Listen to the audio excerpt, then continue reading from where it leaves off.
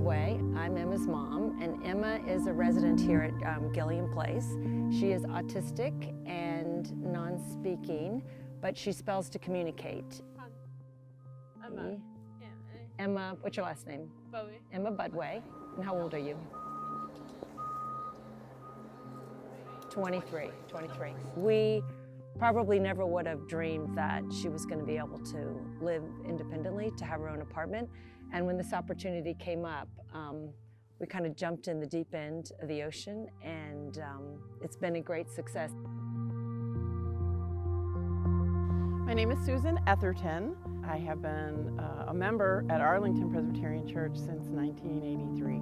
I am a mother of two. My role in the church in the last 10 years plus has been as the lead layperson for the redevelopment effort, taking the church from a stone edifice to another stone edifice, the 173 units of affordable housing.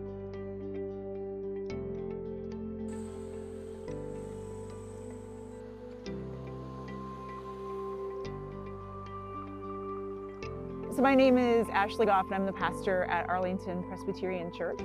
It's a quirky congregation, and there are people here, and I think that quirkiness served them well in this story, that they are part of a congregation that has a real resiliency and a real uniqueness to it, and hasn't always fit into the mold of what a mainline congregation is kind of supposed to look or act or be like. So what was here was a relatively traditional looking steepled church with the traditional red doors on the front, a big parking lot that over time was less and less filled. There was an organ, there were pews. It was a very traditional space. So it was viewed as people knew where the cross was, knew where the steeple was, and it was used as a locator for folks. We knew from a couple of the members who were in the multifamily real estate business that affordable housing was a need in the community. Your well-being is impacted by where and how you live. And when you can't afford a place to live, that impacts your own internal self. In Arlington County, almost 90% of the affordable housing stock, as they say, has diminished in the past 15 or 20 years.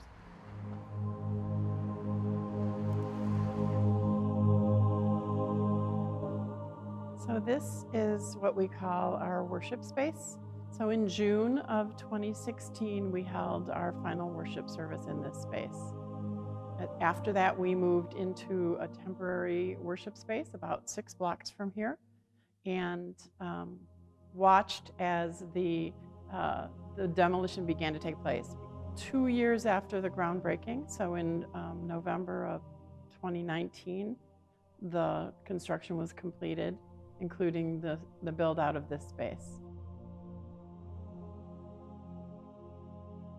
You still have the church, but you have the community and people living and affordable living here all at once, so it's perfect. It's like I went around the world and ended up back in this area, but financially it's so expensive. So I was looking at like affordable housing places, and I was on a waiting list for like a year, and it was a miracle that I got in here. Bütün güneş içeride. Dedim ki bu apartman benim olmalı. Çok mücadele ettim o apartman için. Ya biraz ön tarafı gürültülü ama alıştım zaten. O zaman bana öyle ışıklar verdi ki oradan ben daha çok create yapmaya başladım. Daha çok yemek yapmaya başladım. Daha çok resim yapmaya başladım. Sanki I got full of life.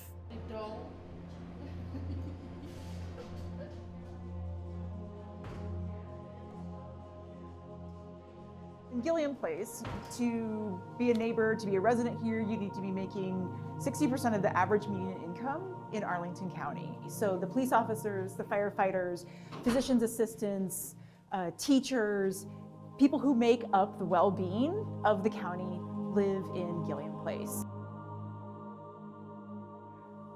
think it was a real movement of the Holy Spirit through the church. And it was hard, very difficult, but I think it was sort of a walking in the faith for us.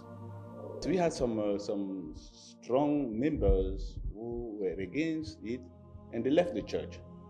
But we are still friends. We are still friends. Some of them we meet during funerals, some of them we call them. But at the end of the day, I think they are proud of what we accomplished. The story of faith is not embedded in a building. It never was for Jesus. It never was for the ancient people. So on the night before Jesus died, he was at table and he blessed and broke the bread.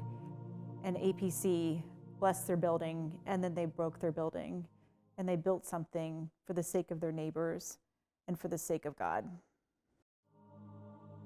When we talk about in the disability world, what is our biggest fear? What is the thing that keeps you up at night? It's absolutely what's going to happen when we're gone, right? When her father and I are no longer here to take care of her. And it's completely alarming. It's overwhelming. And so my greatest fear is I know it's gone. I now know that she is okay, that she can be without me, that there is a way forward, and that she's going to have a very full and rich life.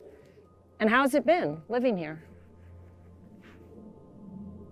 I-T-H-A-S.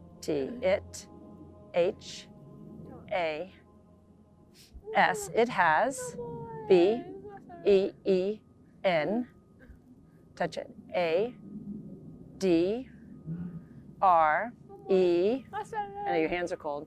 A-M. It has been a dream. C-O-M-E-T-R-U,